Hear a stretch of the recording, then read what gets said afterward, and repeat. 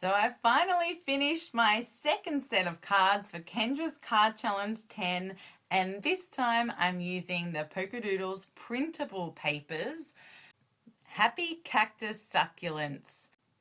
Hi everyone, I'm Steph from Chaos in the Craft Room, and thank you so much for joining me again today, and welcome if you're new. So let's start with sketch number 1, and if you're unfamiliar with Kendra's card challenges, check out my earlier videos from the video hop, or I'll pop Kendra's video where she goes through how you can participate in my description box below. I love the fun puns that this set has in the succulent sentiments. Fancy a hug with a cacti. So they're certainly fun to use. And some of the other sentiments, like the one on this sketch number 3 that I've used, are also from Polkadoodles. For this sketch, I wanted to mix up where the strip is, and so I've used the strip only on one side and a smaller strip on the other side. So you can see it's a bit different from the sketch, but that's the fun of just having the sketch as a guide. Now for sketch 4, you might have seen already if you participated in our video hop, and I absolutely love this card. And for sketch number 5, I've used the same image because I just loved it so much.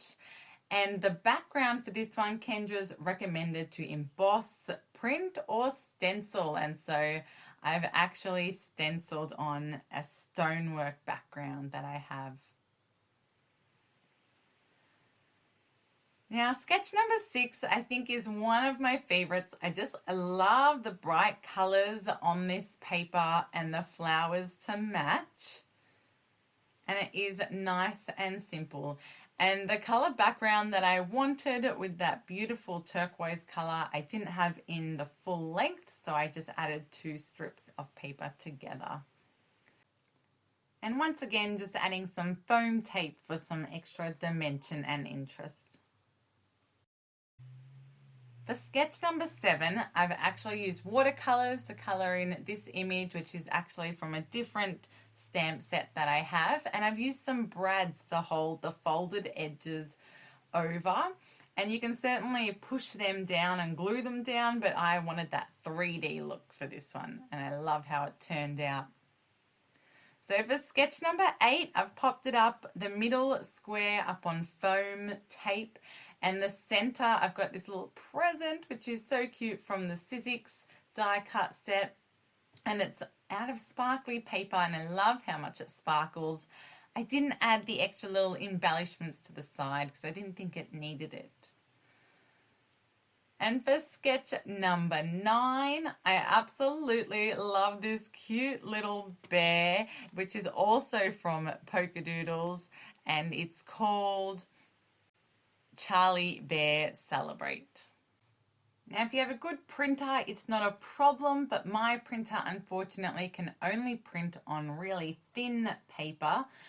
So I did find it a little bit challenging to colour in any images with alcohol markers, just because the colours leaked a bit further than what I was used to when I use cardstock in comparison to thin printer paper.